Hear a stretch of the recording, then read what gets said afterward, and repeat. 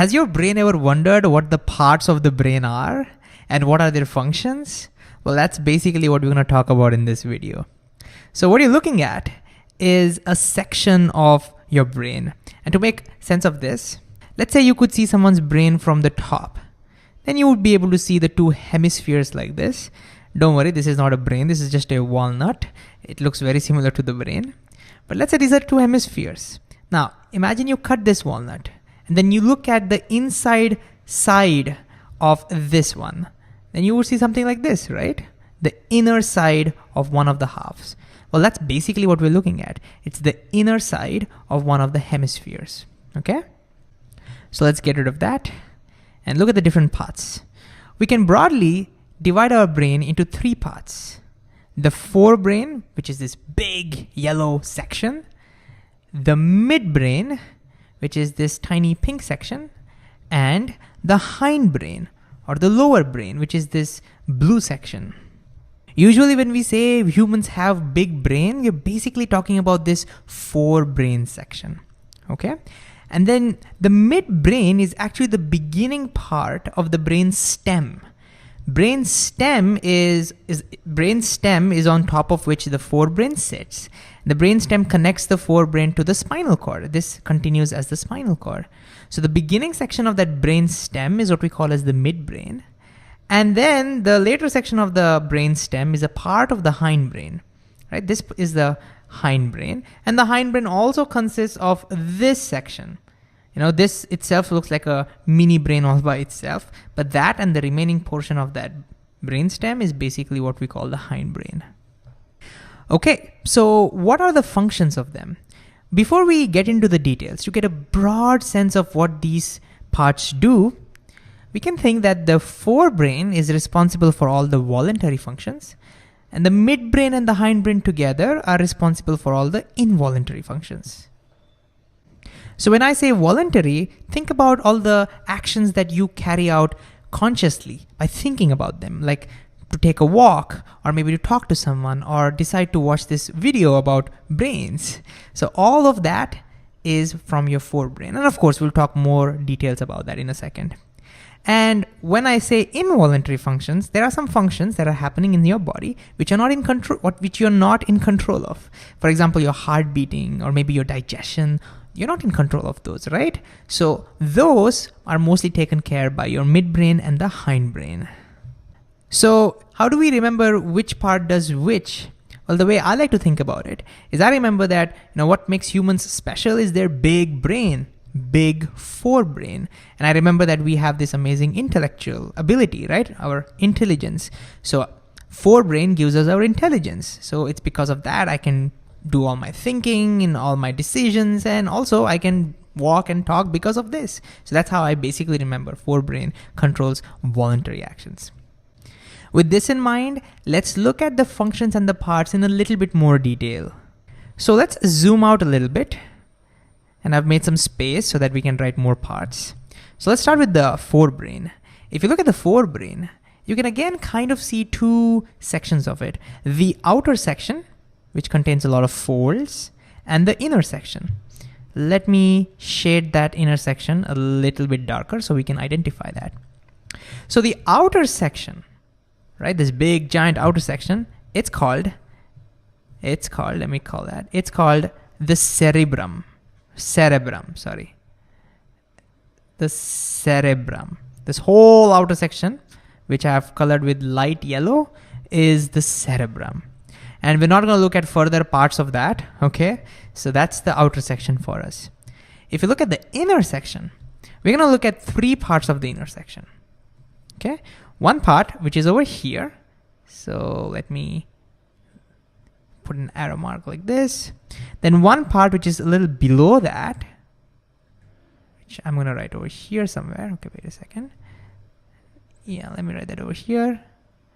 And this small thing that you can see, that one. These are the three parts that we need to remember, at least for our syllabus, okay? So this one, you know what we call that? That is called the thalamus. Let me use this color, okay.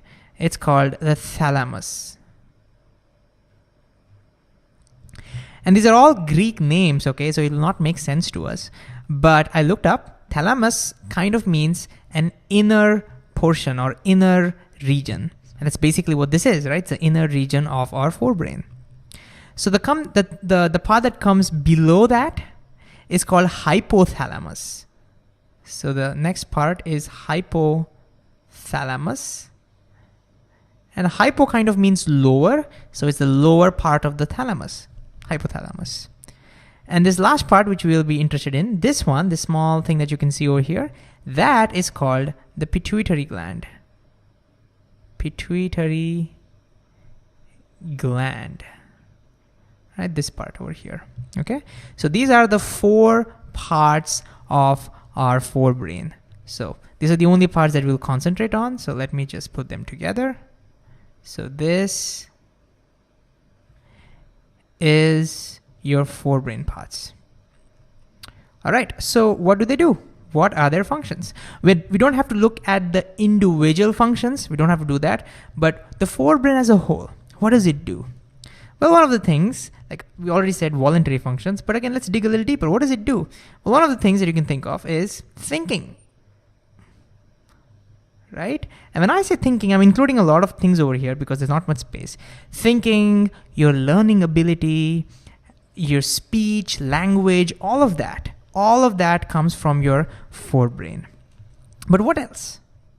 To think about what else your forebrain can do, take a look at this picture. The reason you are able to see this is because of your forebrain. You may be wondering, wait, it's my eyes, right? It's eyes. But the eyes send the signal to the brain, and it's your forebrain that does the processing, and that's why you can see it. Similarly, you can hear me right now because of your forebrain. All the 5 senses, you can sense them because of your forebrain. And so one important function of your forebrain is sensing. Let me just write that as sensing. Okay, what else? Well, you identified this picture, right? It's a puppy. Did you confuse it with something like maybe a donkey or tiger? No. The reason you can even remember it's a puppy is because of your memory, because you know what puppies look like and you can associate with it. So that also comes from your forebrain. Memory, learning, all of that comes from your forebrain. Now, when you looked at this puppy, some kind of emotion came in, right? Like you may have felt, oh, what a cute puppy. You may have felt happy looking at it.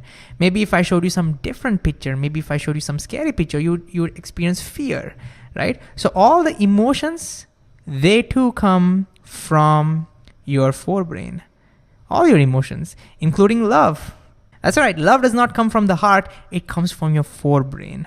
In fact, fun story, the other day my wife asked me, hey, how much do you love me? I said, I love you with all my forebrain. Yeah, she hasn't spoken to me since, but it was worth it.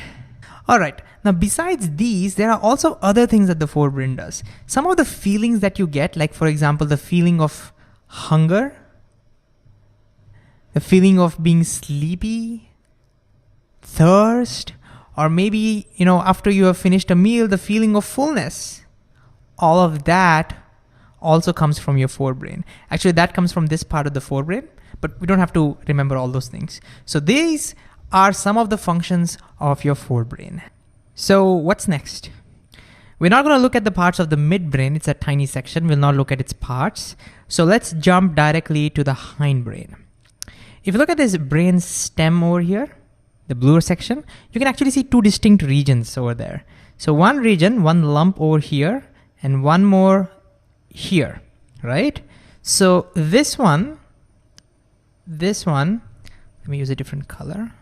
All right, so this one over here, it's called pons. That's the name given to it, pons. Again, I know, little weird name. It's Latin, again, it means bridge. It's kind of like bridging between the middle brain and this bottom part. That brings us to this bottom part, which is pretty important for us. The bottom one is called, let me write that down right here. It's called medulla oblongata. Okay, we're gonna look at its functions separately. And then you can look at this big region. Let's make it dark so we can see that. So this region, which kind of looks like a brain on its own, is called cerebellum. Do not confuse that with cerebrum. Cerebrum is the biggest part of our brain. cerebellum. That's the name given to this. So these three regions are going to be the part of our hindbrain. So these are hindbrain. And since we're not going to look at the parts of the midbrain, this is it. This is all the parts that we need to remember. So again, what are the functions of the hindbrain? We already saw it's involuntary, but let's look at the individual one. Let's look at medulla oblongata and the cerebellum. These two are important for us. So what does the medulla oblongata do? Well, again, it controls most of the life-giving involuntary processes. Okay, so we'll say life-giving involuntary processes. I'll just write involve, okay? Involuntary processes. That means these are the most essential for life, like your heart beating, your breathing, digestion, all of those essential things are taken care by your medulla oblongata.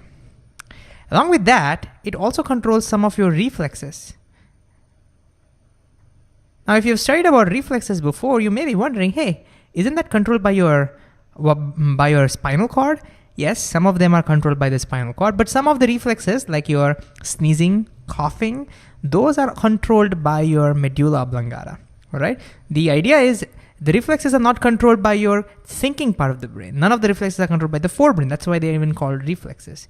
But the medulla does control some of your reflexes as well. So these are the two major functions of the medulla. Okay, what about the cerebellum?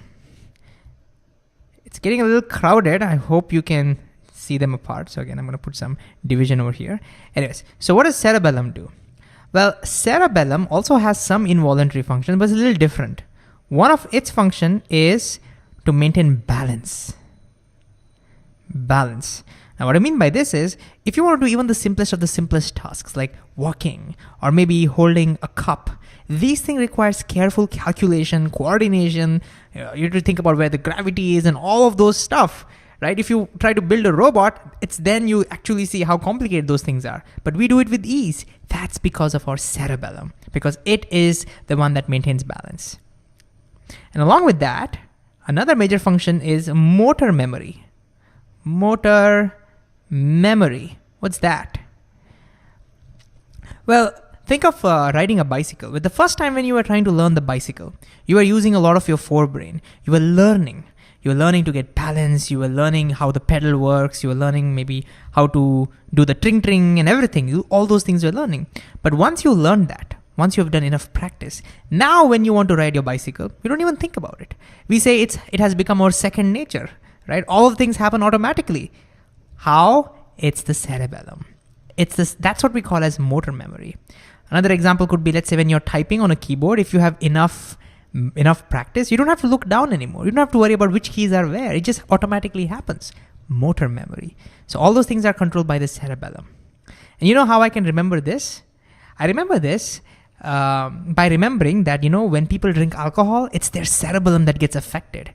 Think about it. If your cerebellum gets affected, your balance gets affected. And that's why people who are intoxicated, they can't balance themselves. They will be walking funny and everything.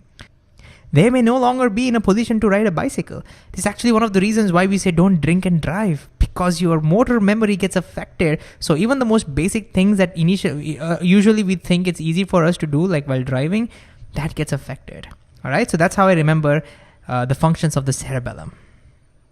All right. So finally, you may be wondering, what about the midbrain? So this is our midbrain, right? We're not going to look at the parts of the midbrain. Midbrain also controls some of the involuntary functions. For example, when you shine light in your eyes, your pupils become smaller. That is controlled by your midbrain. So the midbrain also controls some of your involuntary functions, but we're not going to look at that. And this is pretty much it for us.